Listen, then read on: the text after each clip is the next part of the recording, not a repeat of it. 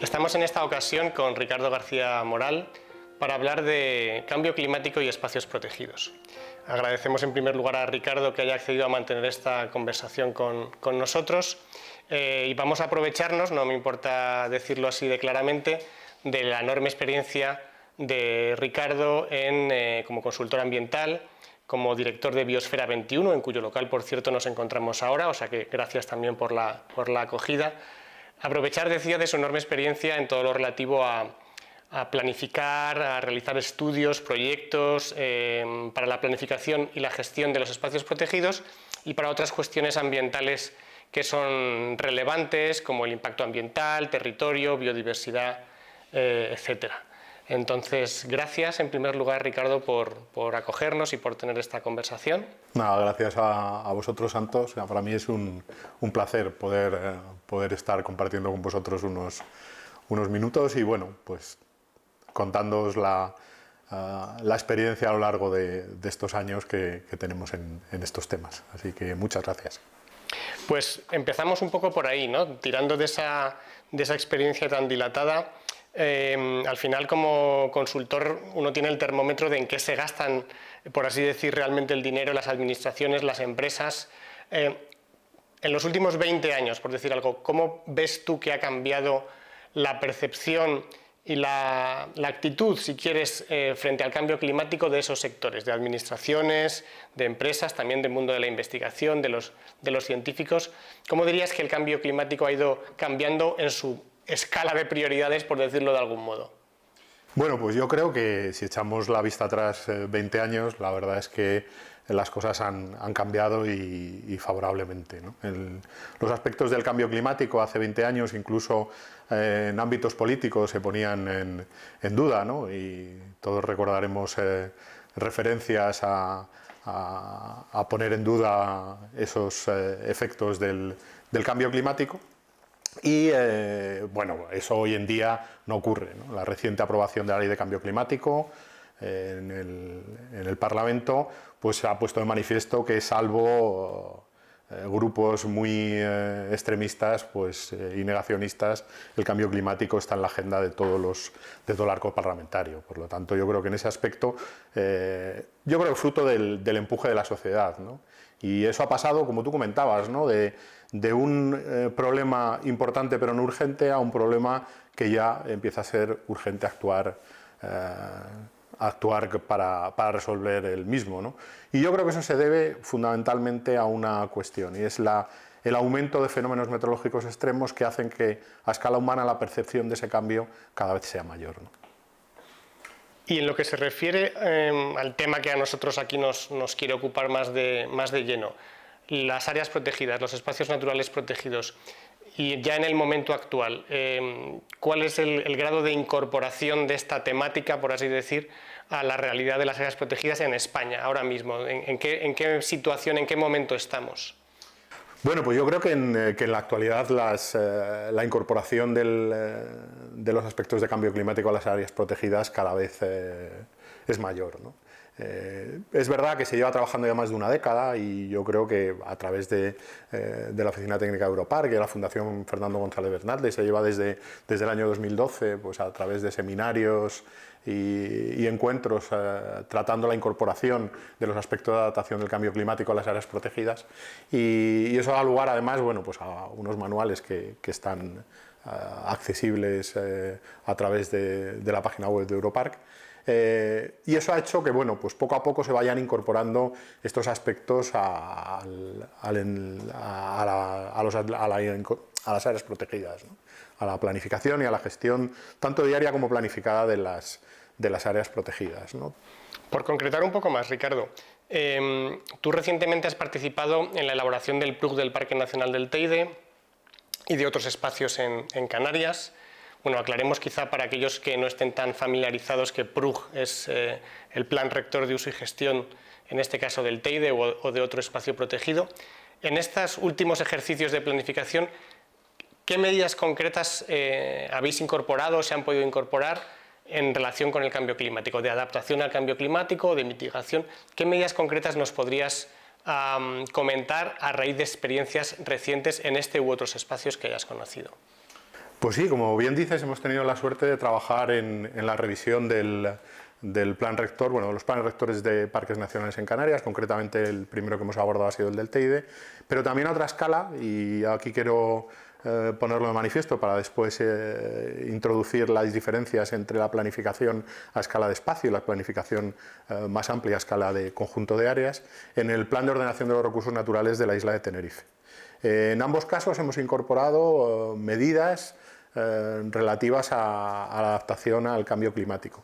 Claro, la ventaja que teníamos en el Teide, como comentaba, al estar dentro del sistema de parques nacionales, es que llevaban ya trabajando mucho tiempo en medidas concretas, aunque no estaban plasmadas todavía en los instrumentos de gestión. Ahora con la revisión nos ha permitido incluirlo, ¿no? Concretamente, bueno, pues ahí se está produciendo, hay muchos factores que están influyendo en la conservación del Parque Nacional del Teide, en los aspectos relativos a cambio climático, pero uno muy relevante es el aumento de las temperaturas, fundamentalmente de las temperaturas nocturnas y de periodos mucho más largos con temperaturas altas. Eso hace que, por ejemplo, los herbívoros, en el caso concreto el conejo, pues tienen una capacidad de reproducción mucho mayor, ¿no?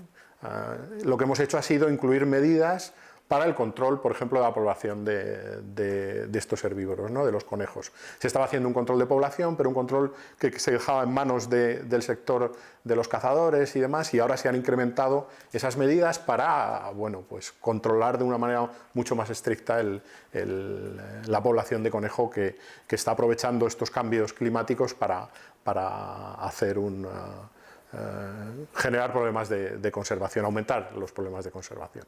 En el caso de la isla de Tenerife hemos incorporado también unos modelos para ver cómo van a ir evolucionando los diferentes ecosistemas, los diferentes sistemas naturales en la isla, y con eso hemos determinado qué áreas fuera de las áreas protegidas es necesario incorporar al sistema de protección para que podamos después tener medidas de adaptación. Concretamente el Sabinar va a ser, según los modelos que hemos estado trabajando, la formación que más se va a ver afectada por el cambio climático, y eso va a hacer que se reduzca su área.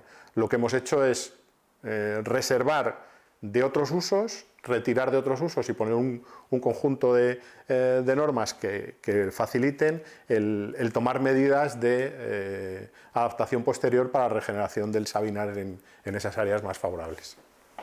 Y pasando ahora de estos aspectos, digamos, técnicos que pueden concretarse en un plan, en un documento, al factor humano, quizá más subjetivo, ¿cómo dirías que los profesionales de los espacios protegidos, los gestores, tanto la gente que está en oficinas centrales como los que están más sobre el terreno vinculados a espacios concretos, cómo dirías que están absorbiendo, digamos, esta nueva responsabilidad? ¿No es un poco desbordante el decir, ahora tengo que ocuparme además del cambio climático como si no tuviera yo suficientes problemas, además de lo problemático que puede ser un tipo de cuestión que es global, que digamos que desborda la capacidad de acción concreta de lo local? ¿Cómo, humanamente, personalmente, cómo están afrontando la necesidad de incorporar, que es una necesidad, el cambio climático a su quehacer profesional? Pues la verdad es que depende mucho de los recursos disponibles, ¿no? Lo que hablábamos, ¿no? Aquellas estructuras de gestión en las que hay suficiente personal para encargarse de aspectos del día a día y de aspectos más estratégicos a medio y largo plazo, pues dan mejores resultados y liberan de ese estrés que tú dices diario al gestor. Aquellas áreas en las que el único personal que tienen es el gestor del área, pues la verdad es que es difícil pensar que puedan trabajar a esos dos niveles tan separados, ¿no? Al nivel estratégico para el tema de cambio climático y al nivel del día a día, que efectivamente les comen la resolución de los problemas. Por tanto, yo creo que hay una cuestión que es fundamental y que nos tiene que guiar en un futuro próximo, ¿no? Y es que las estructuras de gestión de las áreas protegidas deben reforzarse y deben tener estructuras a diferentes niveles, ¿no? Bueno, como estamos viendo, esta experiencia profesional a la que aludíamos al principio de Ricardo García Moral, pues es enorme, y abusando un poquito de esa opción que tenemos a extraer toda esta información y opinión tan valiosa que nos proporcionas. Otro ámbito en el que tú tienes experiencia, las áreas marinas protegidas, bien gordo, bien amplio. De nuevo, en el caso español, áreas marinas protegidas, Red Natura 2000 marina, ¿cómo se está teniendo en cuenta, si es que se está teniendo en cuenta, lo relativo al cambio climático, medidas de adaptación al cambio climático en este apartado específico, áreas marinas protegidas? Pues bueno, la ventaja de las áreas marinas protegidas es que bueno, han llegado después y han llegado en un contexto en el que las áreas protegidas ya se gestionan más a nivel de red, a nivel de sistema. Las áreas protegidas marinas eso lo tienen interiorizado y eso hace que sea mucho más fácil la incorporación de estos aspectos de cambio climático, ¿no?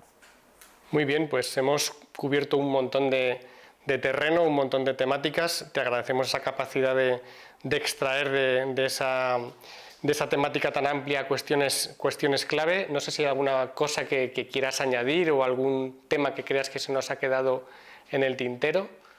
Pues mira, quería aprovechar porque es una cuestión reciente, los aspectos relacionados con cómo trata la nueva ley de cambio climático, recientemente aprobada a finales de mayo, los aspectos de biodiversidad y cambio climático, ¿no? Y ahí, además, en relación con las áreas protegidas, establece dos cuestiones que yo creo que van a dar un impulso para la incorporación de estos aspectos de cambio climático, de las medidas de adaptación a las áreas protegidas.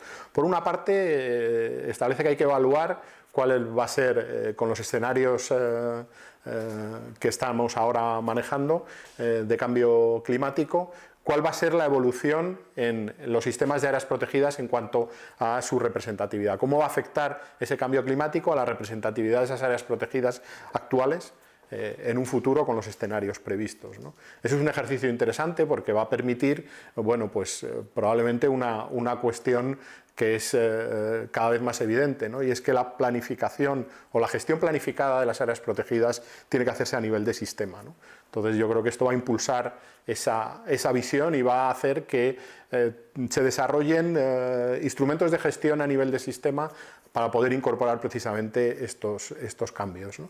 Y por otra parte, otra de las cosas es que insta a las administraciones responsables de la gestión de las áreas protegidas a revisar los instrumentos de gestión para incorporar medidas de adaptación al cambio climático, al menos en dos aspectos: en identificar cuáles son las especies y los ecosistemas más vulnerables a este cambio climático, y por otra parte a establecer un plan de conectividad con otras áreas protegidas.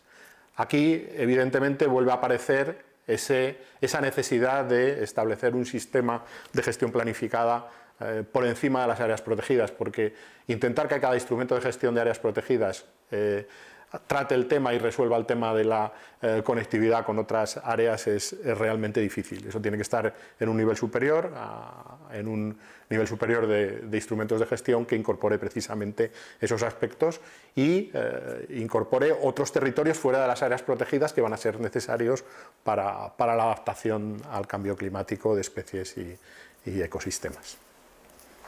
Pues muchas gracias, Ricardo, de verdad, por compartir tus conocimientos y también tu visión sobre estos temas. Ha sido realmente interesante y te agradecemos de nuevo que te hayas brindado a tener esta conversación. Muchas gracias. Gracias a vosotros, Santos. Ha sido de verdad un placer poder compartir estos minutos y dar una visión que no deja de ser una visión particular sobre estos aspectos, pero basada en todos estos años de trabajo que ya van siendo unos cuantos. Muchísimas gracias.